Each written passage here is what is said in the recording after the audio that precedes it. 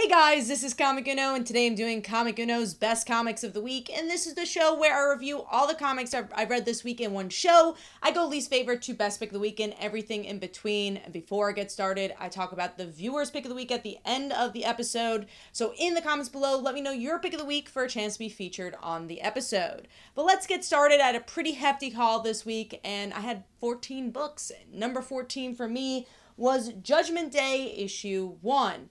This was promoted as an Archie event. We haven't had a big Archie book in a long time, so I'm like, you know what?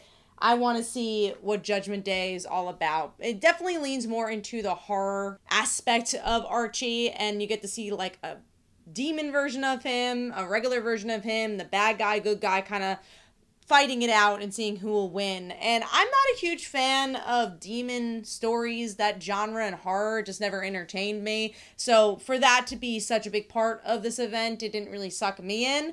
But if you're a fan of like the Cheryl book, then you'll probably like this more than me, who was looking for kind of just a big event from Archie, where I just feel like this felt a little bit more like an Elseworld. Although I do think the artwork fit pretty well for this one. So giving that 2 stars, and that is number 14. Moving on to number 13, a book I wasn't gonna get, but I heard it was a bigger issue, so I was like, all right, let's try it out. And that is issue 2 of Blood Hunt, and I think I've also officially decided I do not need to read more Blood Hunt. Again, I've officially decided this is the Red Band issue, yet once again, 1 or 2 parts that felt a little bloodier than maybe your safe for work version would have been. My biggest problem about Blood Hunt is that it doesn't really feel like it's going to impact anything larger outside of this. And maybe this is because I'm not a huge Moon Knight fan or not following even Avengers from Jed MacKay. Maybe it'll affect his larger books in the end. But for me, it just doesn't really feel like it's affecting that many major characters that I read, even though they are a part of this book. Like Miles, for instance, where he turns into a vampire. It's like, okay,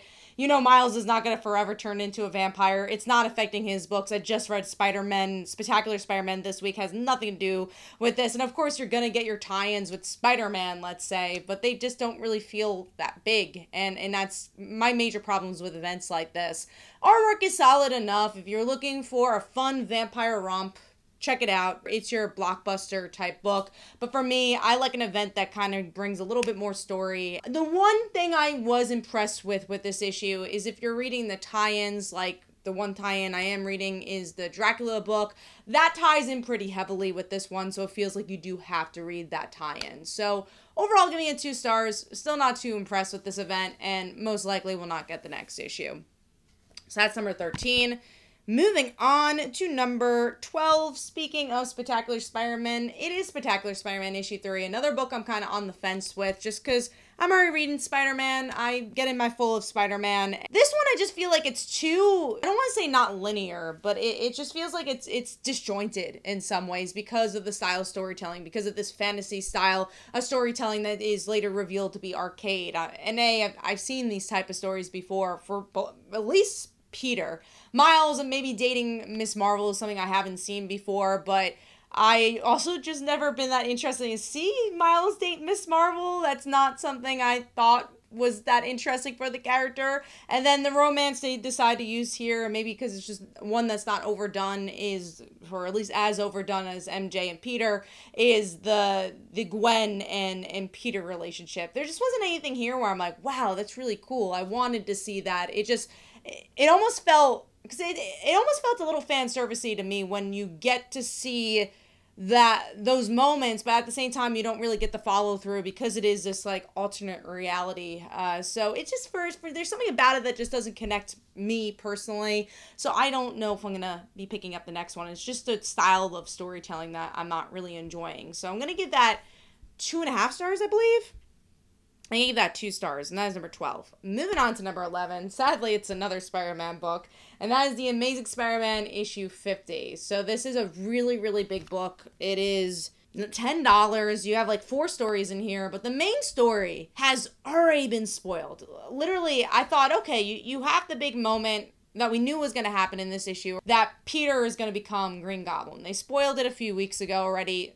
You know, Marvel made it a big news piece. You're like, cool. Maybe there's other things that will be exciting surrounding it. And no, the whole issue is this build-up of something we very much have seen before, Green Goblin versus Peter, which I don't mind. Like, obviously, that's a pairing that is iconic. Like, I want to see something new from it, though. I want to see, and honestly, the build up towards them being friends has been something new, something I've been enjoying. But just to see Green Goblin, the Green Goblin you know, versus Peter, it felt kind of stale. And then you get to the ending where Peter becomes Green Goblin, where I'm like, oh, that's a really interesting story that I already knew was going to happen. So you kind of suck the air out of the issue here. I like the artwork. But the secondary stories also really, besides the epilogue, which doesn't really do that much, doesn't connect to anything that's happening. They're just short stories to be short stories to fill up the issue. And I have to say, I was just really disappointed with this one. And I think I would have liked this issue more if I didn't already know it was going to happen. So overall, giving that 2 stars, and that is number 12. Moving on to number...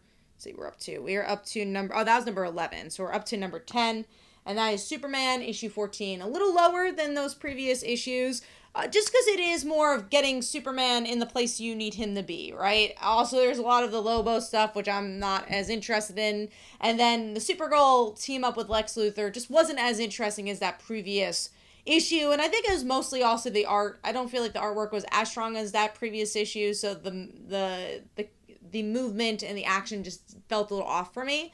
But the ending is, you know, what you would kind of expect with the big event. Here's this, like, weird combination of a character you already know. So it's Queen Brainiac.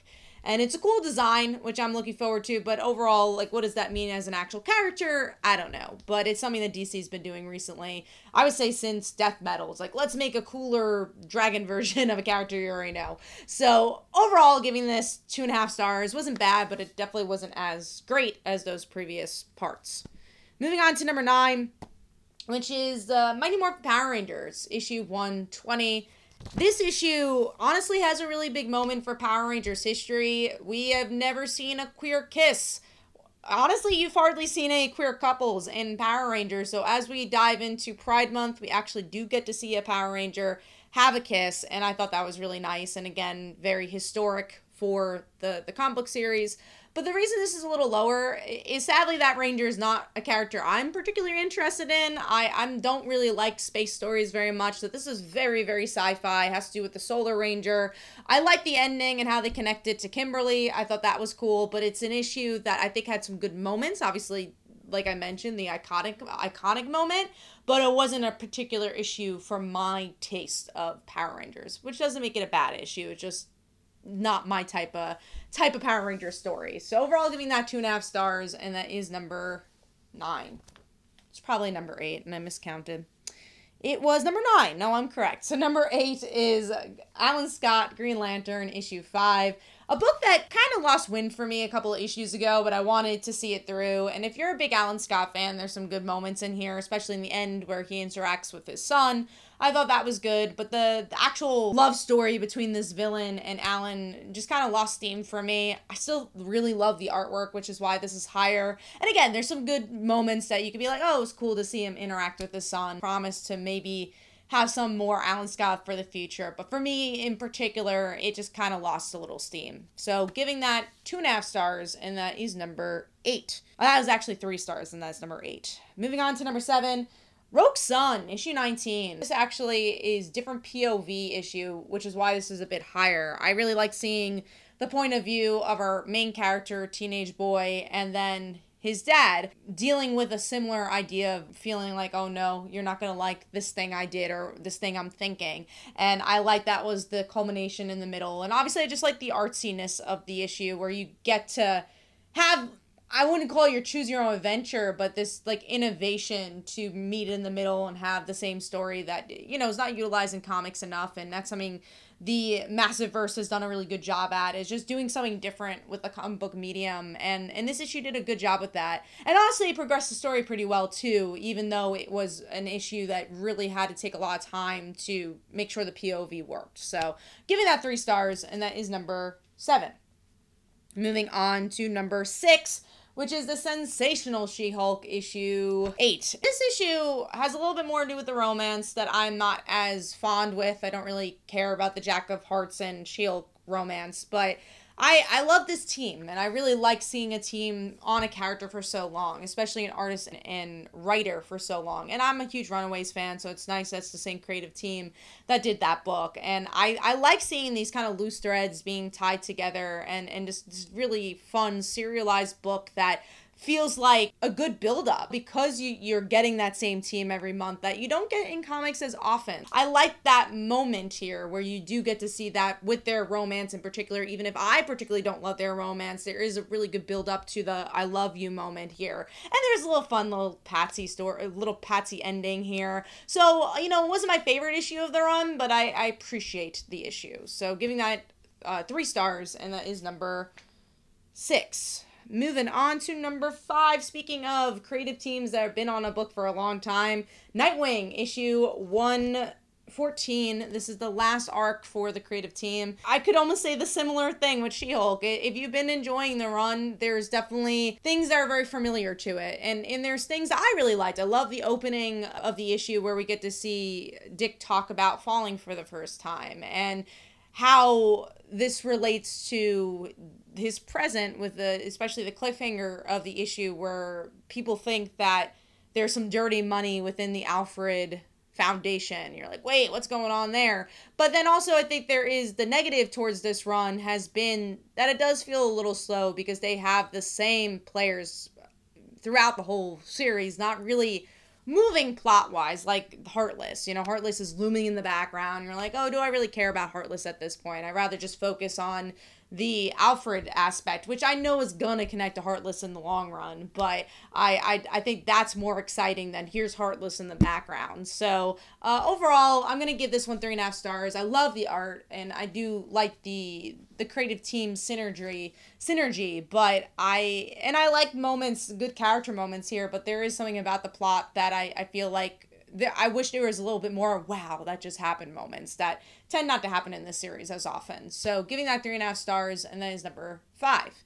Moving on to number 4, which is Feral issue 3. This issue is definitely more of a point A to point B, but the best way you can do a point A to point B, where we get to see in the background, you know, one of these cats have been bitten, and you're like, okay, like when's that gonna start turning into a zombie moment? And I do kind of wish they referenced it a little bit more, and I'm sure you're just kind of building up to that moment. And then we get to see them just running off from the people that are feral, and you get different types of creatures like foxes that they have to run after. There's a lot of cat homages, I guess, like, oh, here's the pointer laser. So if you're like really a cat person, you're gonna have a good time with that. I'm not as much of a cat person, but I've been around cats, so it's like, oh yeah, no, I know that reference. And I like the cliffhanger a lot. I really enjoyed them going to this house, this sanctuary, and then we know that it might be poisoned or have to go through quarantine. I thought it was a solid issue. I do think issue 1 and 2 is a little stronger, but I love this book, and I think the art's good. It just really has a fun vibe and tone to it. So giving that 4 stars, and that is number 4.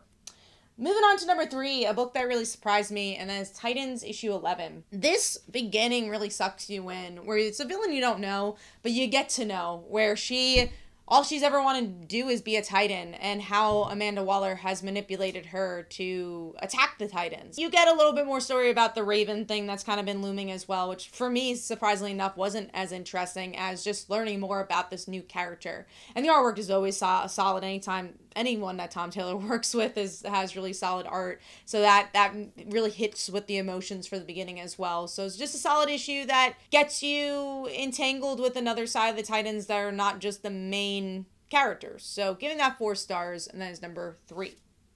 Moving on to number 2, which is Spider-Gwen the Ghost Spider, issue 1. The reason this is so high is that it made a concept that I wasn't so interested in really, really compelling, where, you know, I'm not interested in Gwen being part of the 616. She kind of states it here. There's plenty of characters that are there. It almost feels like an excuse that she's here, but the way this is written, it intrigues me. It makes me want to find out why she's here and what she's going to end up doing, which is success all on its own. So in this issue, you open up, and it has a very similar vibe to the writing of Past Earth 65 stories, where Gwen's like, where do I fit in. You know, I want to do all these things in life, be a drummer, be a good friend, and I'm not. I want to be a good hero, but there's all these other heroes here. And, you know, where do I fit in a world that has another Gwen Stacy that died? And I find that concept to be so interesting. And they do relate it to the MCU a little bit. So you have that Loki TV section here, which I'm curious to see where that's going to continue. But I like that because it's bringing something new to Spider-Gwen too. Like, you could just have another volume of Gwen and do the same thing. And you're like, okay, I'm kind of bored with that. This is bringing something new to the character. And again, something maybe I didn't originally agree with, but now I'm like, wow, well, we've never explored this side of the character. I want to see what this series does. All while the artwork, again, looks familiar to the Earth 65 style. I just feel like it did this concept the best it could, and it makes me actually genuinely interested to see where it goes. So I'm going to give that 4 stars, and that is number 2. Moving on to number 1, a book I've been loving, and that is Wonder Woman issue 9. And this is just another great issue.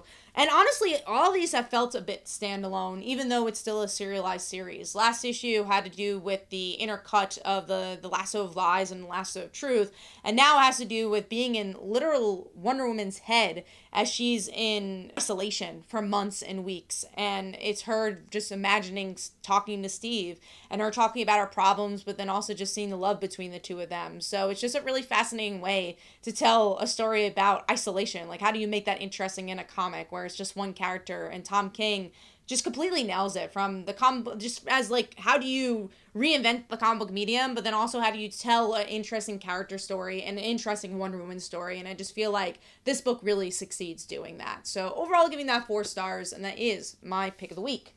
Let me know in the comments below what your pick of the week was. And last week's viewer pick of the week was Sanction, issue 1 from Mad Cave, and here are some comments about that. Hopefully you guys enjoyed. This is Comic Uno, and I'll see you guys in the next one. Bye.